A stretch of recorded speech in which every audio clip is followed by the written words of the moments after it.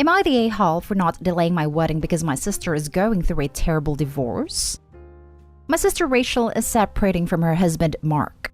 Somebody anonymously sent Mark a letter in the mail claiming their 3 kids weren't his, ages 1, 3, and 4. Mark took a paternity test because the letter was so detailed that he had a feeling it might be true. The results came back and he wasn't the father of any of the kids. And Mark now wants nothing to do with my sister or my nieces and nephew. It's been hard on her, and everyone has been shaken. The problem is my fiancé and I are getting married soon.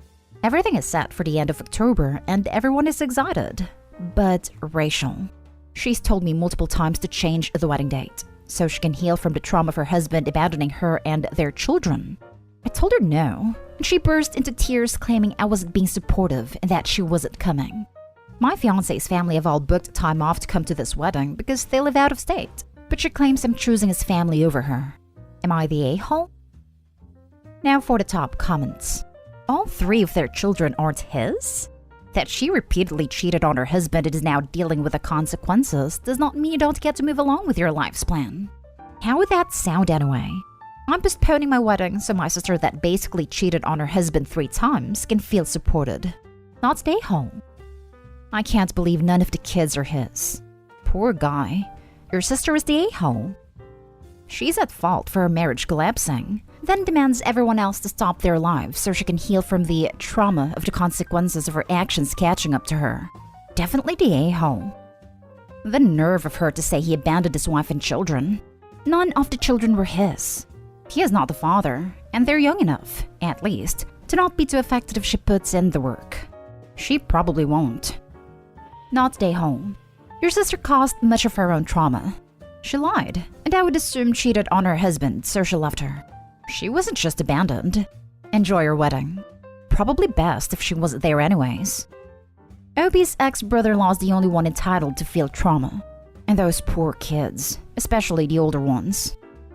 Not today, Obi. You already had the day basically ready. People already have the time off. And personal bias. Halloween wedding? That better go through. Your sister talks about getting over trauma, yet she's the one that I'm sure broke a man. Enjoy your wedding and bust out a monster bash. She can take this time to either look for a sitter for the kids or learn how to deal with her own choices in life. If I were a guest and had arranged time off, transportation, hotel, etc. for this wedding, and then the date was moved because someone who is neither the bride nor groom cheated on their spouse years ago, don't bother inviting me to the new date. Thank you so much. I appreciate it. Next story is titled, Am I the a-hole for refusing to share my inheritance with a sibling? I don't have anyone I can share these thoughts with in person, so I'm hoping you guys can help me resolve this. I, 20 male, am a single child, or at least I thought I was. Then just over a year ago, I discovered that I have a sister, Lucy. The story goes that my mother had a child with her first boyfriend while she was in college, and they couldn't support her, so she opted for adoption at birth. My father was aware of this, but I was never told. Anyways, about a year ago, she made contact with our mother. They've gotten on pretty well, kept in touch, and go on the odd lunch. Lucy's also attended a couple of our family events this past year. Her and I get along fine as well. We're different people, so not friends. So I sort of see her as an acquaintance/friend of the family, I guess. It's a little odd because I know we're closely related, but at the same time, she doesn't feel like family, if that makes sense. Okay, so there's the backstory. Now on to the dilemma. My grandparents on my mother's side both passed away a few years ago. My mother was their only child, and I their only grandchild, and they left their entire estate to me. This was known to my parents and me before they passed, as they had expressed it when they made their will. My parents are well off financially. Mom's a nurse while Dad's a doctor, and so they were fine with the arrangement. I was given access to the money on my 20th birthday, and the sum of money was much larger than I expected, totaling around $6 million. This is why I can't really talk about this with anyone impartial, because I don't really want friends etc. to know. Anyway, a few weeks ago my mother sat me down and asked me to share the money with Lucy. Now here's the thing. Like I said, to me Lucy is essentially an acquaintance. I know we're related by blood, but I don't exactly feel the type of connection to her that would merit giving her such a large sum of money, or any money at all for that matter. So I explained that to my mother, and she wasn't exactly happy with my answer. She believes I'm being extremely selfish, and that Lucy could very much benefit from this money as well, since she's still a college student and in debt. Here's where I think I might be the a-hole. I don't really see that as my problem. I believe families who feels like family, not who shares your DNA. Secondly, my grandparents were aware of Lucy's existence, even though they never met her, and they chose to leave everything to me all the same. Also, it is not as though Lucy grew up poor in the foster system or anything. She was adopted at birth by what seems like two great people. Her adoptive parents are an accountant and a teacher. I do not plan to just hoard the money. I am starting law school this year, and plan to use it to start my own firm once I'm finished. So go forth and judge me, please. Am I being a selfish a-hole here, or am I justified in thinking that simply being related by blood doesn't merit any claim here? Not a-hole. Your grandparents were aware of Lucy's existence, and they chose not to leave her an inheritance. I'm guessing, since she was legally adopted, your grandparents didn't feel it was necessary. Also, Opie's mother was obviously aware of Lucy's existence, but seemingly did nothing about it until now. Either way, not a-hole. Yeah, the adoption took away any legal right, at least where I'm from, to the inheritance. Mom tries to make up for giving her daughter away by giving away Opie's money. Though I get the sentiment this will only divide a family. Really hope she didn't tell her daughter about the inheritance, as that could have set her up for a lot of hurt and fighting. Also, depending on where Opie lives, you should refrain from giving even a small amount of money, as that could be counted as admittance if the sister ever should try to sue. Not a-hole. Your mother's parents could have made provisions for your mother and/or the daughter she gave up for adoption if they wanted. Your mother is free to make whatever arrangements she sees fit with her estate, but your grandparents made their wishes known when they left their estate to you. I agree. Your parents seem to be doing well, and now that you have that money, they could focus their finances on her. My father makes a majority of the family's income, and this isn't his child. So I don't know how he would feel about financing her. Should have mentioned that. By the same token, she is not your child. I generally agree with the no a-hole commentary. I'm just going to point out that if you don't share, that's totally valid. Just don't be surprised later if your mom leaves more to Lucy than you might otherwise expect, as her way of equalizing. Next story. Am I the a-hole for lashing out at my sister for not shutting up about adoption decision? My girlfriend, 25 female, is almost 4 months pregnant. We try to be careful with protection, but I guess we messed up, and here we are. Her and I, 25 male, decided adoption will be best. We want kids in the future, but we're both working minimum wage jobs, barely making it okay with the bills every month. And we talked about it a lot before we decided it just wouldn't be fair if our baby had to live in horrible conditions because it will get expensive when we could find someone who might be able to. We found this couple through friends of friends, and we are getting to know them pretty well, seeing what kind of people they are. My family knows we're choosing this route, and for the most part, support it. My sister, 35, however, keeps pushing that we keep the baby. She has 3 kids herself, and all she keeps saying is parenthood is hard, but it's rewarding. I've told her, yeah, we get that. We want kids, but in the future with better jobs, and us not counting change in our pockets to take the train to work. It's been hard enough accepting the reality that we want to get to raise our first baby together, and her constant comments don't make it better. Even when I ask her, tell me how we're gonna support a baby, she just said she doesn't know, but you'll find a way. I've told her many times to stop talking about it because of everything it does to us, and she's not even being helpful. Today at my mom's, she still brings it up again, just saying she really thinks we're making a mistake, and talking about how tough it'll be as a parent, but it'll be worth it. My girlfriend got all upset. She went to the bathroom. And I don't know. I just told her to shut up already. Exactly like that. And that I'm sick of her always talking about this. We know everything we're going to miss out on, so stop talking already. It wasn't like screaming or anything, but I did raise my voice at her because I was just so frustrated already.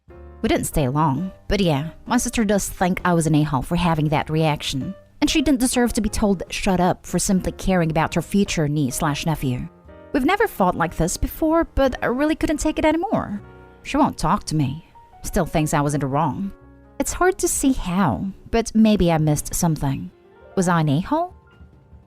Now for the comments. Not an a-hole. You made a very hard, extremely mature decision.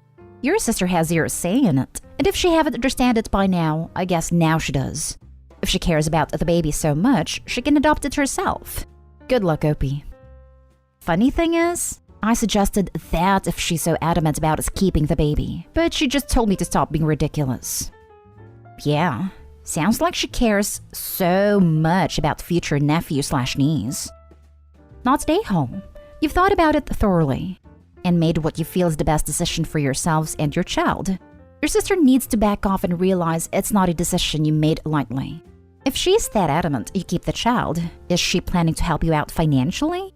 Unless she is, she has no say in anything. As someone who struggled with fertility, thank you. Thank you for doing the best for your child. Thank you for giving someone a chance at parenthood that they may not have had otherwise. And good luck with everything. You're doing an incredible, selfless thing. I've brought that up before, and obviously her answer is don't be ridiculous, and then that she has 3 kids she's already supporting. That means a lot. Usually don't get all watery eyes for a comment, but this one does it. Hasn't been easy, especially for my girlfriend. I wish we didn't have to make this choice, but we know this is for the best. I really hope things worked out for you. Hey Opie, I don't know if you're planning an open adoption. Sounds like it. But regardless, a lot can happen over years. I advise you and your girlfriend to write a letter to the baby explaining your decision and how much you love it and wish the timing could have been better. Give it to the adoptive parents. If anything happens, they move away, the relationship sours, something happens to you and/or your girlfriend, etc., then the child will always have your reasons and your love. Something like that, yeah. They'd like for the baby to know about us as they grow up, even if we're not in contact. We're doing something like that, but it's more like a personal journal from each of us, a letter and some pictures. Now for the last story. Am I the a-hole for RSVPing no to my stepsister's wedding? My stepsister Serena and I have been stepsisters since I was 5 and she was 9, but we have known each other longer. I honestly don't remember my life before she or her mom were in it. Serena's dad passed away when she was a baby, and my mom died 18 months after my dad married my stepmom. So we essentially lived together for a large chunk of our childhoods.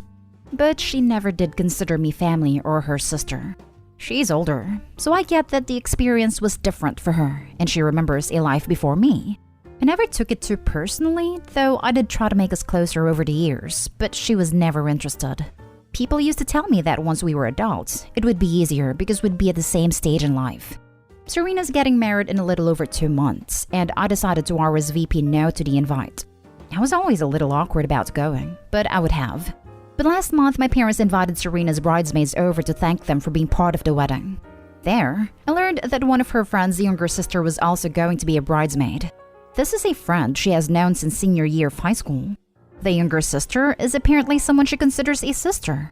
The youngest sister then told me Serena always said she was the sister she never had and stuff. That she had specially asked her to be in the wedding because she considered her as close to a baby sibling as she ever got, and wanted her there. Said nothing, but it just made me realize that she actively chose not to try with me, but could choose to try with one of her friend's siblings she met years after meeting me. Through talking with Serena's little sister, I realized she had made such a big effort to hang out with and spend time with her. It went to her milestones like graduation or even big birthdays. Sweet 16, 21st. She never showed up to that stuff for me, or when she did, my 21st she did show for. She made no effort to hang out with me. She went because her mom had paid for an open bar, and some of her family was going to be there. I don't remember her even speaking to me that night. So I RSVP'd no, and her future husband sent me an email, with my name wrong, that Serena didn't want her mom to know. But then he went and mentioned it to my dad and now it has blown up. My dad asked why I wouldn't attend, and her mom is saying that after all she has done for me, I should show up and be part of the family event. To me, I might be their family, but Serena has made it very clear I'm not hers. I don't think I did anything wrong, but I feel guilty too because this has made ripples in my family. Am I the a-hole? Edited to add, Serena's little sister had no idea I was her stepsister. The little I gathered is, she thought I was a niece of my dad, or as she put it, her mom's husband's niece. Another point, because it may be relevant, is she doesn't talk to me. I make the effort, but she does not communicate with me of her own volition. I was always the one trying to engage with her. Even as basic as a hi, I don't get from her. Not the a-hole. Why go to a wedding of someone who has made zero effort to make you feel important to them? I wouldn't go. Not the a-hole. Would Opie even be invited to be part of the photos? Or at best, Be tolerated as part of them. It's okay. You don't need to humiliate yourself to make others happy. You did your best. You don't owe anyone more than that. Don't feel bad. Your parents and step are the a-holes for guilting you rather than your stepsister. It's clear she doesn't consider you a sister. You're not obligated to carry on the charade. I know I've been indifferent at best to you your entire life, and I don't acknowledge our relationship at all. Actually, I don't even really like you. But our parents want me to invite you, and I really want more presents. Does she even want you to come? Will she even say hi? Will she notice if you're not there? Oh, will she even say how she knows you? Or will you be an old family friend? Not stay home. Don't feel bad. You didn't do it. Stepsister caused this. You are over 21. Sit your dad and stepmom down and explain what you wrote here. Say, assure stepmom it has nothing to do with how much you appreciate what she's done for you. That you don't blame her for how sister treats you. But at this point in your lives, you give up. Include the tidbit about the soon-to-be husband didn't even get your name right and told you to keep it from her. That while you tried, you now accept it's never going to change. And hearing about the little sister she always wanted helped you see that more clearly. It makes you sad, but you won't spend any more time being the only one putting effort in. I'd put cash on guessing they didn't want the mom to know about the email, because she probably already talked to sister about you not being in the wedding.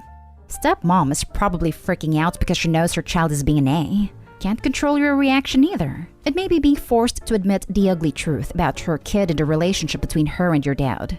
Tell them you hope her day goes the way she wants it, that they both enjoy the day, but you do not wish to pretend anymore.